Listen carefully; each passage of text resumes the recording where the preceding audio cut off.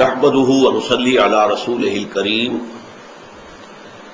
اما بعد فقد قال الله تبارك وتعالى كما ورد في آخر سورة الحج اعوذ بالله من الشيطان الرجيم بسم الله الرحمن الرحيم يا أيها الناس ضرب مثل فاستمعوا له ان الذين تدعون من دون الله لن يخلقوا ذبابا ولو اجتمعوا له وان يسلبهم الذباب شيئا لا يستنقذوه منه ضعف الطالب والمطلوب ما قدر الله حق قدره ان الله لقوي عزيز صدق الله العظيم اشرح لي صدري ويسر لي امري واحلل عقدة من لساني يفقهوا قولي اللهم ربنا الهمنا رشدنا واعذنا من شرور انفسنا اللهم ارنا الحق حقا وارزقنا اتباعه وارنا الباطل باطلا وارزقنا اجتنابه آمین یا رب العالمین۔ سورہ حج کے آخری رکوع پر جو ہمارا درس مشتمل ہے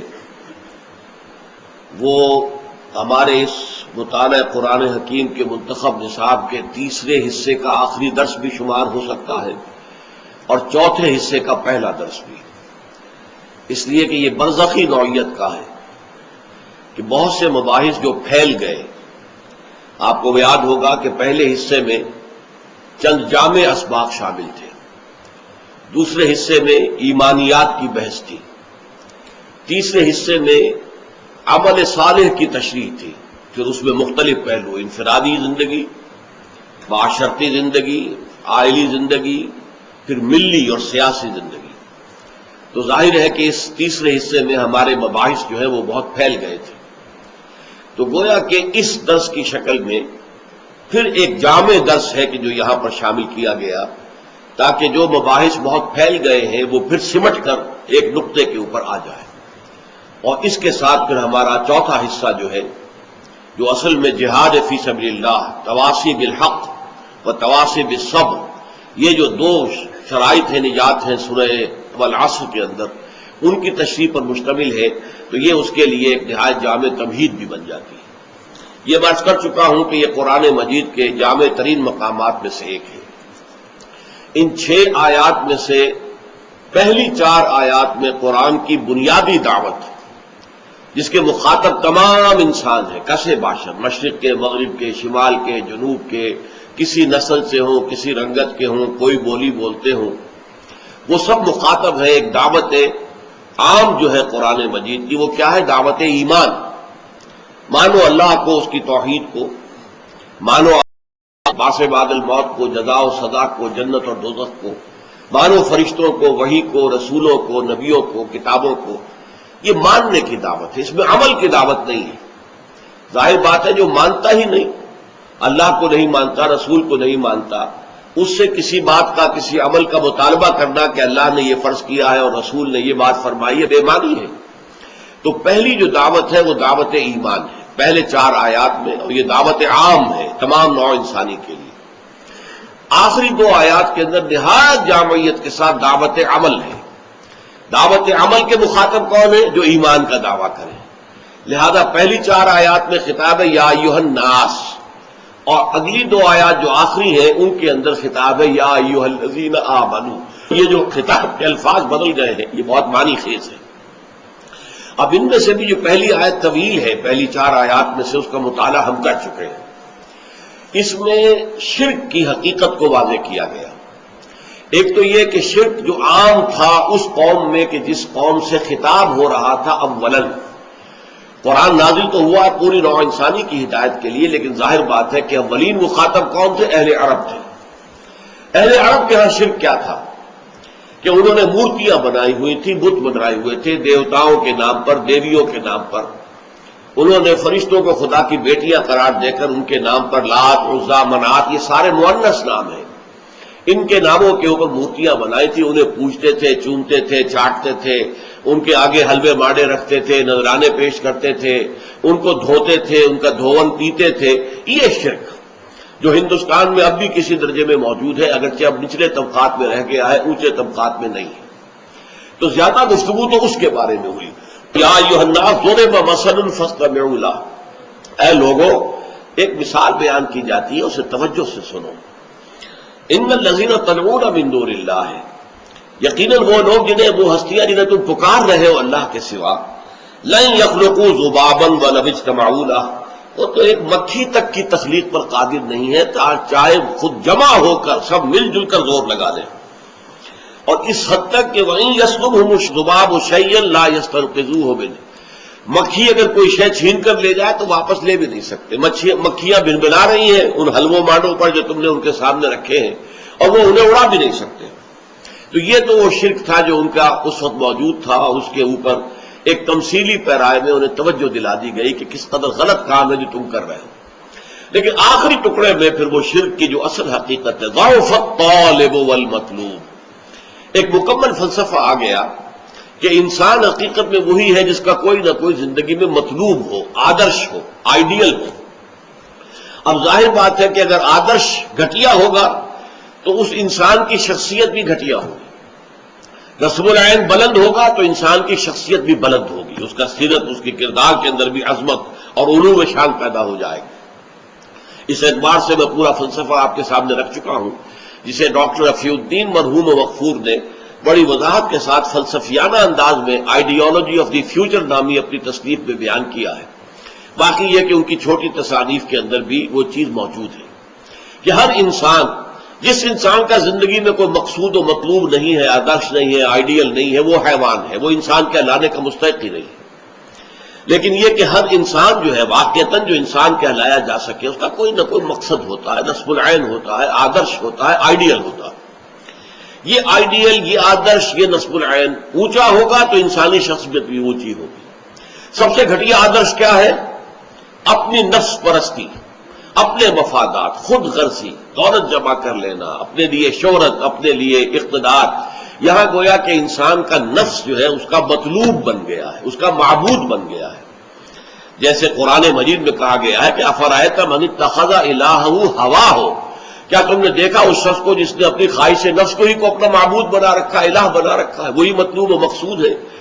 دن رات صبح شام وہ اسی کے لیے وہ سرگرداں ہیں، اسی کے لیے محنت کر رہے ہیں، بھاگ دوڑ کر رہے ہیں، سعی و جہد کر رہے ہیں. اس سے اونچا کوئی نصب العین ہے ہی نہیں. اس سے ذرا بلندتر نصب العین ہوتا ہے قوم پرست انسان یا وطن پرست انسان. اس میں کچھ نہ کچھ جو ہے بلندی آ جائے گی.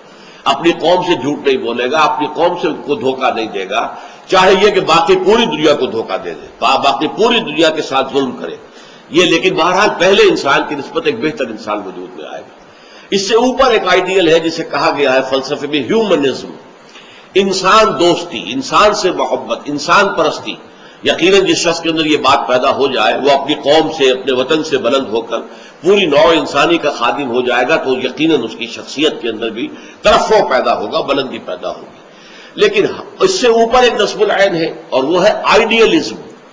کسی نصب العین یعنی کسی نظام زندگی کو، کسی فلسفہ زندگی کو اختیار کر کے اب اسی کے لیے جینا اور مرنا، اسی کو پھیلانا ہے، اسی نظریے کو عام کرنا ہے، اسی کو لوگوں تک پہنچانا ہے، اور جو لوگ پھر اس کو قبول کر لیں انہیں جمع کرنا ہے، جمع کر کے اس نظریے کے مطابق نظام قائم کرنا ہے، انقلاب برپا کرنا ہے. یہ گویا کہ اس سے بھی بلندتر ایک نصب العین ہے. لیکن سب سے اونچا نصب العین ذل ما کبریاست، ہمارا مقصود و مطلوب اللہ ہے. لا مقصود الا اللہ، لا مطلوب الا اللہ، لا محبوب الا اللہ. یہ ہے در حقیقت انسانیت کی معراج. انسان سب سے اونچا ہو گیا. اب چونکہ اللہ تعالیٰ کی پوری الخلق و عیال اللہ، پوری مخلوقات اللہ کے قربے کے مانند ہے، لہذا انسان کی محبت اب اپنے ذات کے دائرے سے بھی نکلے گی، قومیت کے دائرے سے نکلے گی، اس کی جو وطن کے دائرے سے نکلے گی، انسانوں کے دائروں سے بھی نکل کر جملہ حیوانات، جملہ مخلوقات. آج جو دنیا میں آپ بحثیں پڑھ رہے ہیں انوائرمنٹ کی، کس طریقے سے جو ہے قومیں، بلکہ سب سے بڑی قوم اس میں امریکہ ہے. پولیوشن سب سے زیادہ اس کائنات کی فضا میں امریکہ پیدا کر رہا ہے، اور اس کے ضمن میں یورپ والوں نے جس قدر کوششیں کی ہے کہ اس پہ پابندیاں لگائی جائیں، امریکہ اڑا ہوا ہے اپنی طاقت کے بل پر.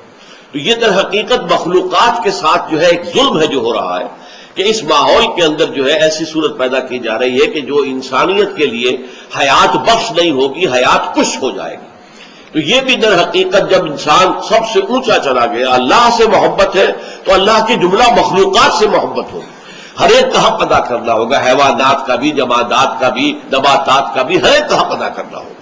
تو یہ بلند ترین معاملہ ہے۔ گویا کہ توحید خالص کیا ہے؟ کوئی مطلوب حقیقی، کوئی معبود حقیقی، کوئی مقصود حقیقی، کوئی محبوب حقیقی اللہ کے سوا نہ رہے، ساری چیزیں اس کے تابع ہو جائیں۔ اور شرک کیا ہے؟ اگر اللہ کے ساتھ کسی اور کو بھی آپ نے مطلوب حقیقی بنا لیا، مقصود اصلی بنا لیا، محبوب حقیقی بنا لیا، تو یہ شرک ہے۔ تو گویا کہ اس بت پرستی کے شرک سے لے کر اور یہ جو تجرد ہے اور اس کا جو آئیڈیل ہے، اس کا سارا نقشہ جو ہے وہ اس ایک آیت میں کھینچ دیا گیا۔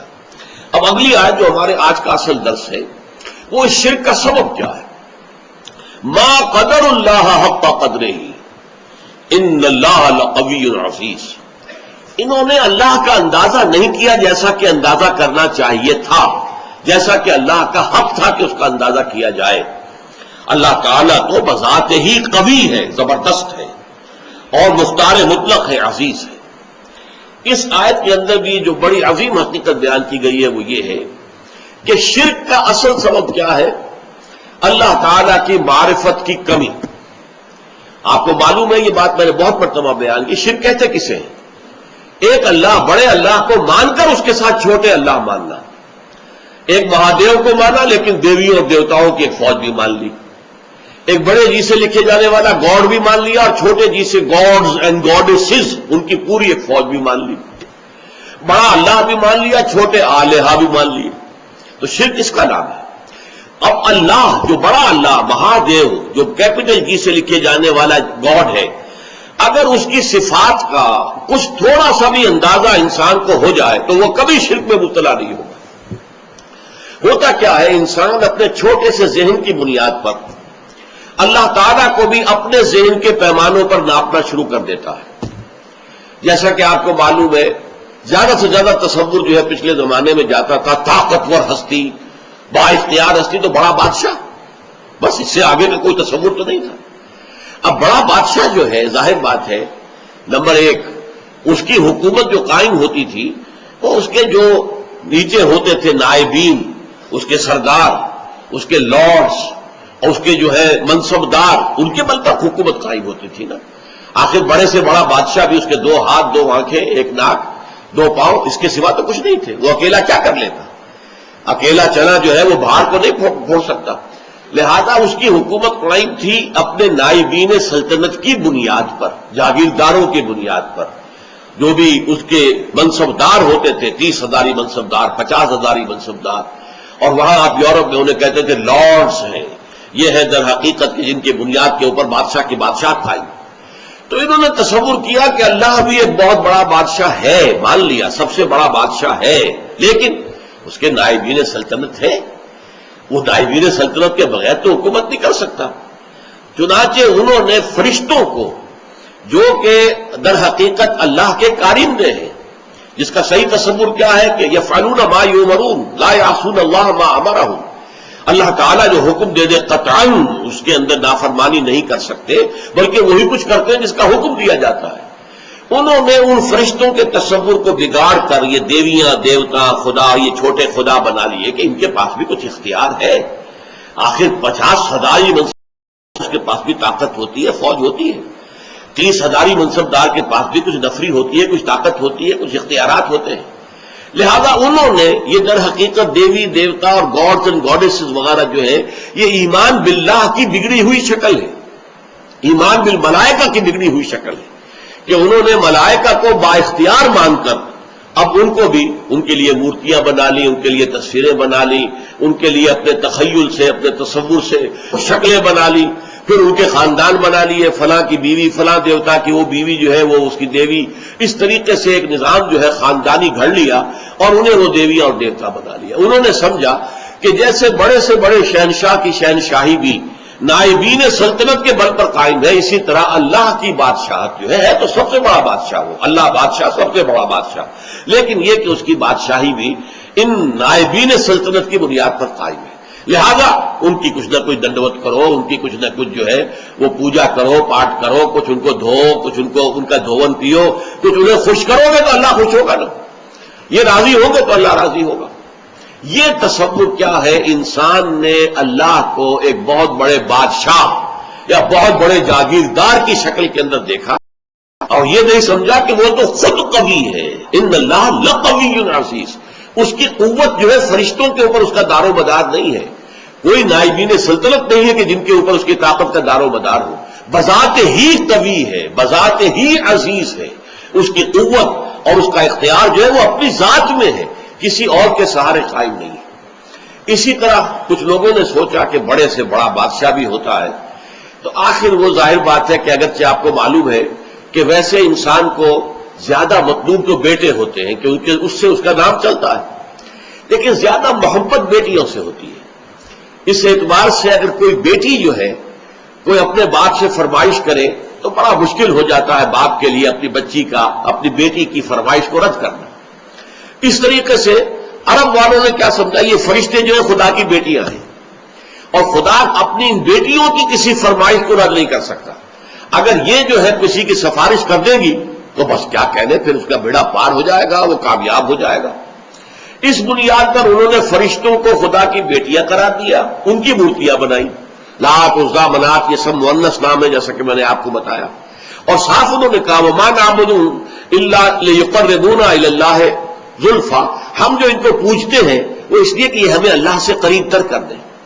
اور یہ بھی کہا گیا کہ هؤلاء شفعاؤنا عند اللہ، یہ اللہ کے ہاں ہمارے شفیع ہوں گے۔ اختیار مطلق تو اللہ کے ہاتھ میں ہے، لیکن کوئی شخص اپنی پیاری بچی کی کسی بات کو رد کرتا ہے؟ اللہ بھی اپنی بیٹیوں کی سفارش کو رد نہیں کرے گا، لہذا ان کی سفارش سے ہمارا بیڑا پار ہو جائے گا۔ اسی طریقے سے بڑے سے بڑا آدمی بھی ہوتا ہے تو اس کے کچھ دوست ہوتے ہیں، ان دوستوں کی بات وہ ٹال نہیں سکتا۔ اس کی وجہ کیا ہے؟ ہر انسان کو معلوم ہو، یا بڑے سے بڑا انسان ہو، اسے معلوم ہوتا ہے کہ کسی وقت مجھے ضرورت پیش آ سکتی ہے اپنے دوست کی مدد کی۔ اب اگر میں اپنے دوست کی کوئی بات نہیں مانوں گا تو میری ضرورت کے وقت یہ میرا دوست میرے کام نہیں آئے گا۔ تو دوستیاں پالی جاتی ہیں، باقاعدہ ان کو نبھایا جاتا ہے۔ بھائی بات تو یہ غلط کہہ رہا ہے، صحیح نہیں ہے، لیکن کیا کریں، دوست ہے، اب دوست کی بات تو لٹائی نہیں جا سکتی، ماننی پڑتی ہے۔ اسی سے تصور بنا اللہ کے اولیاء، اللہ کے دوست، جتنے بھی عظیم انسان گزرے کہ جو اپنی جگہ پر اللہ کے بندے تھے، بالکل اللہ کی بندگی ہی پر وہ فخر کرتے تھے، اور وہ اللہ کے سامنے سر تسلیم جو ہے جھکائے رکھتے تھے، لیکن ان کے تقویٰ، ان کے زہد کی بنا پر انہیں جب اولیاء اللہ قرار دے دیا گیا تو وہ اللہ کے دوست ہیں، اللہ کے ولی ہیں۔ اب یہ کسی سے خوش ہو جائے اور اس کی سفارش کر دے تو بیڑا پار ہو جائے گا، لہذا اولیاء اللہ کو بھی خداؤں کی فہرست میں شامل کر لیا گیا۔ چنانچہ یہ بات تقریباً اجماعی ہے کہ یہ جو قوم نوح کے بت تھے، وہ بت تمام کے تمام اولیاء اللہ، اس قوم کے اندر جو اولیاء اللہ گزرے تھے، بڑے نیک لوگ، زاہد و عابد، اللہ کے محبت کرنے والے، اللہ کے لیے اپنی پوری زندگی لگا دینے والے، ان کے ناموں پر انہوں نے بت گھڑ لیے تھے۔ اب آج ہمارے ذریعے صرف کمی ہوئی ہے کہ بت نہیں ہے، لیکن قبروں کے ساتھ وہی معاملہ ہو رہا ہے۔ قبروں کو دھویا جا رہا ہے، دودھ سے دھویا جا رہا ہے، کسی عرق گلاب سے دھویا جا رہا ہے، اور پھر ظاہر بات ہے کہ اس میں سے کوئی ایک گلاس بھر کے لے آئے تو گویا کہ بڑا تبرک اس کو مل گیا، اسے سنبھال کر رکھے گا۔ یہ سارا کام کیا ہو رہا ہے؟ وہ یہی ہے کہ اولیاء اللہ ہے، اللہ کے اولیاء ہیں، یہ راضی ہو جائیں، یہ خوش ہو جائیں، یہ کسی کی سفارش کر دیں تو بیڑا پار ہو جائے گا۔ اس لیے کہ آپ کو معلوم ہے کہ بڑے سے بڑا شخص بھی اپنے دوستوں کی بات تو رد نہیں کر سکتا نا۔ اب یہ ساری چیزیں کیوں ہو رہی ہیں کہ تم نے اللہ تعالیٰ کو انسان سمجھا ہے اور بڑے سے بڑے انسان پر قیاس کر لیا ہے، بادشاہ ہو، بہت بڑا جاگیردار ہو، عام ایک کاشتکار جو ہے غریب، وہ شاید بادشاہ کو بھی نہ جانتا ہو کس بلا کا نام ہے، اسے تو معلوم ہے ہمارا جاگیردار ہے جو چاہے کرتا ہے، جس کی بیٹی چاہے اٹھا کر لے گا، جس کا جو چاہے کام کرے، اس کو کوئی چیلنج نہیں کر سکتا، اس کے اختیارات مطلق ہیں، بس جاگیردار۔ اسی پر انہوں نے قیاس کر کے اللہ تعالیٰ کے ساتھ یا نائبین سلطنت گھڑ لیے، یا اللہ کی بیٹیاں بنا لی، یا اللہ کے بیٹے بنا لیے، یا یہ کہ اولیاء اللہ کے ساتھ وہ معاملہ کرنا شروع کر دیا جو اللہ کے ساتھ کرنا چاہیے تھا۔ یہ ہے اصل سبب، ما قدر اللہ حق قدرہ، وہ اللہ کا اندازہ نہیں کر سکے۔ اللہ کی حکومت کسی کے بل پر قائم نہیں ہے، اللہ کسی کا دست نگر نہیں ہے، اللہ کو کسی کی حمایت کی ضرورت نہیں ہے، اللہ بذات ہی القوی ہے، اسے کسی فرشتے کی حاجت نہیں ہے۔ جو چاہے جب چاہے بغیر کسی فرشتے کو بیچ میں لائے ہوئے اللہ تعالیٰ کر سکتا ہے. آنے واحد کے اندر اس کا ایک حرف کن ہوگا اور بڑی سے بڑی بات ہو جائے گی. ہاں وہ چاہے تو فرشتے کو بھیج دے گا، جاؤ یہ کام اس طرح کر دو، لیکن نہیں، اس سے زیادہ حیثیت فرشتے کی نہیں ہے. وہ اللہ کے فرشتادے ہیں، اللہ کے کارکن ہیں، اس کے سوا کچھ نہیں. اولیاء اللہ کے دوست ہیں، یقیناً کوئی شک نہیں، لیکن یہ کہ ان کے ہاتھ میں اختیار مطلق نہیں ہے کہ جس کو چاہے بخشوا دے. اللہ تعالیٰ کا اختیار ہے، وہ جس کی چاہے گا شفاعت سنے گا، مانے گا، جس کو اجازت دے گا وہ صرف شفاعت کے لیے زبان کھول سکے گا. یہ ساری چیزیں جو ہیں یہ تمام اپنی اپنی جگہ پر بیٹھ جائیں تو پھر شرک کا خاتمہ ہو جائے گا، اللہ تعالیٰ کی عظمت جو ہے وہ دل پر اجاگر ہو جائے گی.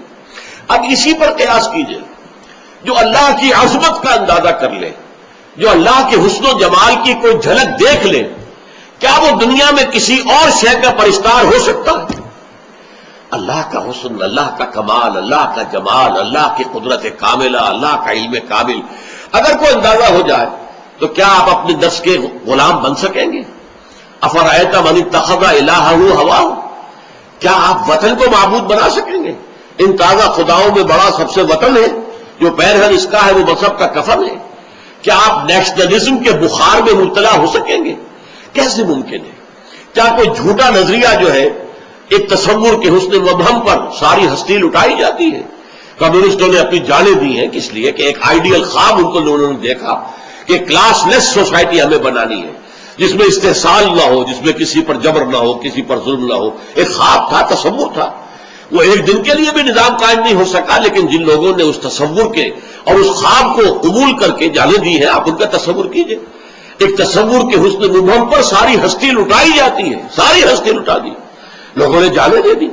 تو لیکن یہ کہ اللہ کا اگر انسان کو اللہ کی معرفت کا کچھ حصہ حاصل ہو جائے، اللہ کی قدرت کاملہ، اللہ تعالیٰ کا علم کامل، اللہ تعالیٰ کا ہر جگہ ہر آن موجود ہونا، اللہ کا ہمارے ساتھ ہونا، ہماری رگے جاں سے بھی قریب تر ہونا، یہ ساری اس کی صفات کمال جو ہے اگر واقعتاً اس کی کوئی جھلک انسان دیکھ پائے. دیکھیے میں کہہ رہا ہوں دیکھ پائے. ایک یہ کہ عقیدہ ہے ہمارا، عقیدہ اور شے ہے. اگر آپ کو یہ محسوس ہونے لگے، اگر یہ آپ کا حال بن جائے، اگر یہ آپ کی وجود کے اندر سرایت کر جائے، تو یہ ہے پھر سب سے اونچا مقام.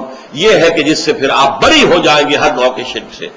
کیا فرشتے اور کیا اولیاء اللہ اور کیا انبیاء اور رسول. انبیاء اور رسول بھی اللہ تعالیٰ کے کام کے اوپر معمور ہے. وہ تو کانپتے رہتے تھے کہیں ہم سے کمی نہ ہو جائے، کہیں ایسا نہ ہو کہ ہماری طرف سے تو کوتاہی نہیں ہو رہی، کہیں اللہ تعالیٰ کے ہاں ہم نہ پکڑے جائیں، کہ یہ لوگ ایمان اس لیے نہیں لا رہے کہ شاید ہماری طرف سے تبلیغ اور دعوت میں کوئی کمی ہو رہی ہو. ان کا حال تو یہ ہوتا تھا. اور یا اللہ کا معاملہ کیا تھا؟ یقیناً انہوں نے اپنی زندگیاں جو ہے لوگوں کو خیر کی طرف دعوت دینے میں صرف کی ہے. خود ان کی اپنی زندگی دیکھو، مکمل عبد تھے. سب سے بڑھ کر یہ کہ محمد الرسول اللہ جو حبیب اللہ ہے صلی اللہ علیہ وسلم، ان کی بھی نسبت عبدیت مقدم ہے، نسبت رسالت مؤخر ہے. اشہد ان لا الہ الا اللہ وحدہ لا شریک لہ واشہد ان محمدا عبدہ ورسولہ. عبدیت مقدم ہے، رسالت مؤخر ہے اس پر. آپ کی اصل نسبت جو ہے، میں نے بارہا اس کو بیان کیا ہے، قرآن مجید میں جہاں کہیں بھی ایسا مقام آتا ہے کہ بہت ہی شفقت اور محبت اور اپنائیت کا اظہار ہو حضور کے لیے، وہاں حضور کی نسبت عبدیت کو واضح کیا جاتا ہے. سبحان الذی اسری بعبدہ لیلا من المسجد الحرام الى المسجد الاقصی. یہ کیا تھا؟ اس قدر بڑا واقعہ ہو رہا ہے، معراج کا واقعہ ہو رہا ہے، لیکن کیا عبد کا لفظ لایا گیا. سبحان الذی اسری بعبدہ، جو اپنے بندے کو لے گئے. عبدہ جو ہے وہ اصل نسبت ہے.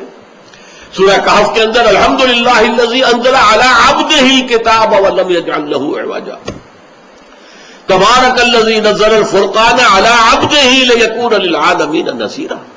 عبدیت ہے اصل نسبت محمد رسول اللہ صلی اللہ علیہ وسلم کی.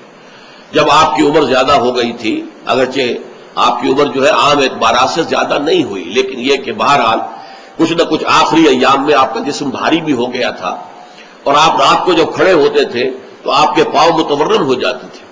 اس پر یہ ہے کہ کچھ لوگوں نے کہا آپ اپنے کو کیوں اتنی مشقت جھیل رہے ہیں، کیوں آپ اتنی تکلیف جھیل رہے ہیں؟ آپ کے تو اللہ تعالیٰ اول تو آپ کے گناہ کا کوئی سوال ہی نہیں، کوئی خطا کسی درجے میں اگر کوئی ہوئی بھی ہو تو اللہ تعالیٰ آپ کے اگلے پچھلے تمام خطائیں معاف کر چکا ہے. تو حضور کا کیا جواب تھا؟ افلا اکون عبدا شکورا، تو کیا میں اللہ کا شکر گزار بندہ نہ بنوں؟ اللہ کی نعمتیں جو مجھ پر ہوئی ہیں، جو انعامات ہوئے ہیں، اللہ نے مجھ پر جو فضل فرمایا ہے، اللہ نے مجھے جو مقامات عالیہ عطا کیے ہیں اور جو مزید عطا کرنے کا وعدہ کیا، مقام محمود یہ مجھے عطا کیا جانا ہے، میں اس کا شکر ادا کروں۔ یہ اس کا شکرانہ ہے جو میں ادا کر رہا ہوں۔ میں رات کو کھڑا ہو کر یہ مشقت جھیل رہا ہوں، میرے پاؤں جو ہے ان پر ورم آ رہا ہے، ٹھیک ہے، لیکن یہ سب کچھ کیوں کر رہا ہوں؟ افلا اکون عبدا شکورا، کیا میں اللہ کا ایک شکر گزار بندہ نہ بنوں؟ تو اس اعتبار سے نوٹ کر لیجئے کہ اولیاء اللہ ہو یا انبیاء ہو یا رسول ہوں، عظیم ترین شخصیتیں ہوں، ان کا اصل جو ہے، جو سرمایہ افتخار ہے ان کے لیے، وہ تو عبدیت ہے۔ یہی وجہ علامہ اقبال نے بہت خوب انداز میں کہا ہے، جو معراج کی کیفیت کو بیان کیا کہ عبد دیگر عبد ہو چیزیں دیگر، ما سراپا انتظار او منتظر۔ اب یہ شعر جو ہے اس وضاحت چاہتا ہے، عبد تو سبھی ہے، خواہشات کا بندہ، نفس کا بندہ، دولت کا بندہ، وطن کا بندہ، یہ سب بندے ہیں، سب بندگی تو ہے۔ عبد دیگر عبد ہو، صرف اسی کا بندہ بن جانا، سب سے ہٹ کر، سب سے آزادی پا کر۔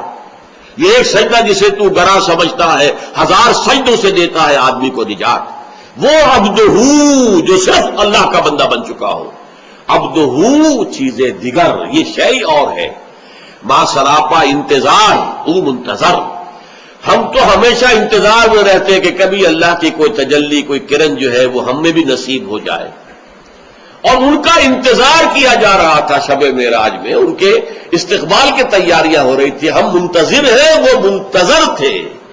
ما سراپا انتظار، منتظر عربی میں معنی ہوں گے انتظار کرنے والا، اور منتظر مفعول ہے جس کا انتظار کیا جا رہا ہو۔ وہ منتظر، ان کا تو انتظار ہو رہا تھا، استقبال کی تیاریاں ہو رہی تھی۔ تو اس چیز کو ذہن میں رکھیے کہ یہ زمین و آسمان کا فرق ہو جاتا ہے جب انسان صرف اس کا بندہ بن جائے، اور صرف اس کا بندہ کب بنے گا؟ جبکہ حقیقتاً لا مطلوب الا اللہ، لا مقصود الا اللہ، لا محبوب الا اللہ۔ کوئی درمیانی مقاصد ہو سکتے ہیں، آخری مقصد اللہ۔ چھوٹی محبتیں ہو سکتی ہیں، اولاد سے بھی کرو، بیویوں سے کرو، بیویاں شوہروں سے کرے، اپنے وطن سے بھی کرو، لیکن یہ کہ سب محبتیں جو ہے وہ ایک محبت کے تابع ہو جائیں، اللہ کی محبت کے تابع۔ یہ ہے لا محبوب الا اللہ، محبوب حقیقی، محبوب مطلق اللہ کے سوا کوئی نہیں، مطلوب حقیقی، مطلوب مطلق اللہ کے سوا کوئی نہیں، مقصود حقیقی، مقصود مطلق اللہ کے سوا کوئی نہیں۔ اور اگر انسان اللہ کو چھوڑ کر کسی اور شے کو اپنا مقصود اور آدرش اور آئیڈیل اور نصب العین بناتا ہے تو کیوں بناتا ہے؟ اس لیے کہ اس کا ذہن وہاں تک پہنچا ہی نہیں، اس کے بازو میں اتنی طاقت نہیں تھی کہ اپنی کمند کو پوری اونچائی تک پہنچا سکتا۔ یزدا بکمند داور ہے ہمت مردانہ، یہ ہمت مردانہ نہیں تھی کہ وہ جو ہے مطلوبیت اور مقصودیت اور محبوبیت کی کمند جو ہے وہ جا کر اللہ تعالیٰ کی ذات کے ساتھ چپٹ جائے، درمیان ہی میں کہیں اٹک گئی ہے، کہیں اپنے نفس کو معبود بنا لیا ہے، محبوب بنا لیا ہے، مقصود بنا لیا ہے، مطلوب بنا لیا ہے، کہیں وطن کو بنا لیا ہے، کہیں قوم کو بنا لیا ہے، کہیں کسی نظریے کو بنا لیا ہے، نظام کو بنا لیا ہے، انسانیت کو بنا لیا ہے۔ یہ سب جو ہے در حقیقت کیوں ہے کہ ما قدر اللہ حق قدرہ، وہ اللہ کا اندازہ نہ کر پائے، اس کے کمال و جمال کا، اس کے حسن کا، اس کی صفات کمال کا اندازہ نہیں کر پائے۔ دیکھیے قدر جو ہے عربی زبان میں اس کا اردو میں ترجمہ کریں گے، بلکہ انگریزی میں ویلیو، اور جب یہ ورب کے طور پر آئے گا ٹو ایویلیویٹ، ہر شے کی آپ ایک قدر و قیمت کا تعین کرتے ہیں، یہاں یہ ورب کے طور پر آیا، قدر ویلیو ہے، اور قدر جب آیا قدر یقدر، اس کے معنی کیا ہے؟ To evaluate. تو یہ اللہ کا اندازہ نہ کر سکے، اللہ کی صفات و ذات کی کوئی جھلک جو ہے صحیح معنی میں دیکھ نہ سکے، اس لیے ان کی کمند کہیں درمیان میں اٹک کر رہ گئی ہے، ان کا مقصود و مطلوب ذات باری تعالیٰ کے سوا کچھ اور بن گیا ہے۔ اللہ تعالیٰ ہمیں حقیقی معنی میں موحد، توحید پرست ہونے کی توفیق عطا فرمائے۔